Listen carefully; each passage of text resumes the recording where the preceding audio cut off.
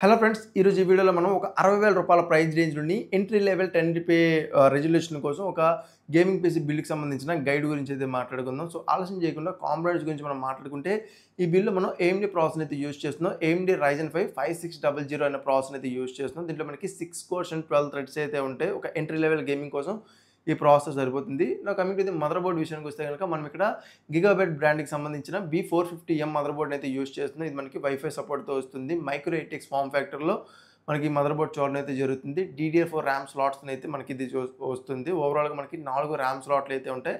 అలాగే ఒక M.2 NVMe slot చూడడం అయితే జరుగుతుంది. కాకపోతే ఇది మనకి Gen 3 సపోర్ట్‌తోనైతే ఈ ఎస్ఎస్‌డీ స్లాట్స్ చూడడం అయితే జరుగుతుంది. తక్కువ ప్రైస్ రేంజ్‌లో ఉన్నప్పుడు మనకి ఈ పీసీ బిల్డ్స్, ఈ మదర్ బోర్డ్స్ చూడడం అయితే జరుగుతాయి కాబట్టి వాటిలో ఏదైనా పిక్ చేసుకోవచ్చు. గేమింగ్ అనగానే మనకు గుర్తొచ్చేది గ్రాఫిక్ కార్డ్ కాబట్టి ఈ బిల్డ్‌లో మనం AMD బ్రాండ్‌కి సంబంధించిన AMD Radeon RX 6600 గ్రాఫిక్ కార్డ్‌ని అయితే యూజ్ చేస్తున్నాం. 8 జీబీ VRAMతో అయితే మనకు ఒక ఎంట్రీ లెవెల్ గేమింగ్ కోసం ఒక బెటర్ ఎక్స్‌పీరియన్స్ అయితే ఇస్తుంది. చాలా మంచి బడ్జెట్‌లో మనకి ఈ గ్రాఫిక్ కార్డ్ చూడడం అయితే జరుగుతుంది.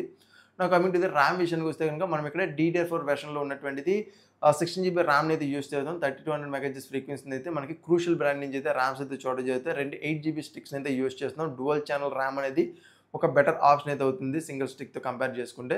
స్టోరేజ్ విషయానికొస్తే గనుక మనం ఇక్కడ 500 జీబీ M.2 NVMe SSDని అయితే యూజ్ చేస్తున్నాం. Gen 3 సపోర్ట్ ఉన్నటువంటిది బడ్జెట్‌లో ఉన్నాం కాబట్టి కావాలంటే మీరు 1 టీబీకి వెళ్ళొచ్చు లేదా ఎక్స్టర్నల్‌గా SATA SSDస్‌ని కూడా మీరు యాడ్ అయితే చేసుకోవచ్చు. సో, దాని పట్ల మీ స్టోరేజ్ ఎంత కావాలి అనేది మీరు నిర్ణయించుకోవచ్చు. Coming to the power supply unit గురించి మనం మాట్లాడుకుంటే గనక పవర్ సప్లై అనేది ఇక్కడ మనం 550 వాట్ పవర్ సప్లై యూనిట్ అనేది తీసుకుందాం. మీరు కావాలంటే ఏ బ్రాండ్ అయినా తీసుకోవచ్చు. Gigabyte, anti sports, cooler master ఇలా డిఫరెంట్ బ్రాండ్స్ మనకి దొరుకుతాయి. ఏదైనా సరే 550 వాట్ పవర్ సప్లై యూనిట్ అనేది తీసుకోండి. బ్రోన్ సర్టిఫైడ్ ఉన్నటువంటిది తీసుకోండి. తక్కువ ప్రైస్ రేంజ్ వస్తుంది. ఓవరాల్‌గా మనకి entry level gaming PC build కోసం అయితే సరిపోతుంది. కేస్ విషయానికొస్తే గనక కేస్ కూడా అప్ టు మీ చాయిస్ అయితే ఉంటుంది. ప్రాపర్ ఎయిర్ వెంటిలేషన్ ఉండాలి. ఓవరాల్‌గా ఆర్‌జీబీ లుక్స్‌తోని మీకేదైతే మంచి డిజైన్‌లో నచ్చుతుంది కదా! దాన్నైతే మీరు పిక్ చేసుకోండి. ఒక మిడ్ టవర్ గేమింగ్ కేస్‌నైతే పిక్ చేసుకోండి. 2000 నుంచి రూ. 4000 లోపైతే మనకి గేమింగ్ కేస్‌లు అయితే దొరుకుతాయి. ఓవరాల్‌గా 4 ఫ్యాన్స్ అయితే ఉంటాయి. Front 3, back side 1. సో, చక్కటిది తీసుకోండి. మైక్రో 8X మదర్ బోర్డ్స్ అనేవి మనకి ఒక మిడ్ టవర్ గేమింగ్ కేస్‌లో సరిపోతాయి కాబట్టి, సో, ఓవరాల్‌గా ఈ కంప్లీట్ పీసీ బిల్డ్ అనేది మనకి రూ. 60,000 ప్రైస్ రేంజ్‌లో చూడడం అయితే జరుగుతుంది. దీనిలో ఎలాంటి monitor, keyboard, mouse, extra peripherals ఇవేవి ఇంక్లూడ్ లేవు. ఇవన్నీ కావాలనుకుంటే అడిషనల్‌గా మీరు ఒక రూ. 10,000 పెట్టాల్సి అయితే ఉంటుంది. అంటే మీ పీసీ బిల్డ్ ఇప్పుడు రూ.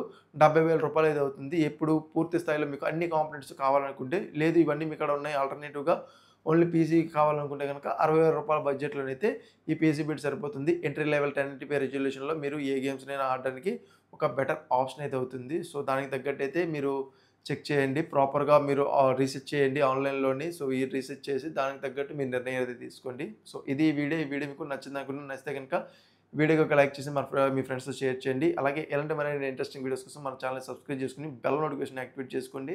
మీకేమైనా డౌట్స్ ఉంటే గనుక వాటిని కింద కామెంట్ సెక్షన్‌లో కామెంట్ చేయండి. నేను మీకు ఆన్సర్ ఇవ్వడానికి అయితే ప్రయత్నిస్తాను. అండ్ ఒకవేళ మీరు ఎందుకని DDR5 ర్యామ్‌నే తీసుకోవాలి, DDR4ని ఎందుకు తీసుకోకూడదు అన్న కన్‌ఫ్యూజన్‌లు ఉంటే గనక నేను లాస్ట్ వీడియో చేశాను కదా! ఆ వీడియోని చెక్ చేయండి. ఎండ్ స్క్రీన్‌లో అయితే నేను మీకు అది ఇస్తాను. సో, నేను మీకు మరొక ఇంట్రెస్టింగ్ వీడియోతో మీ ముందుంటా. అంతవరకు సైనింగ్ ఆఫ్.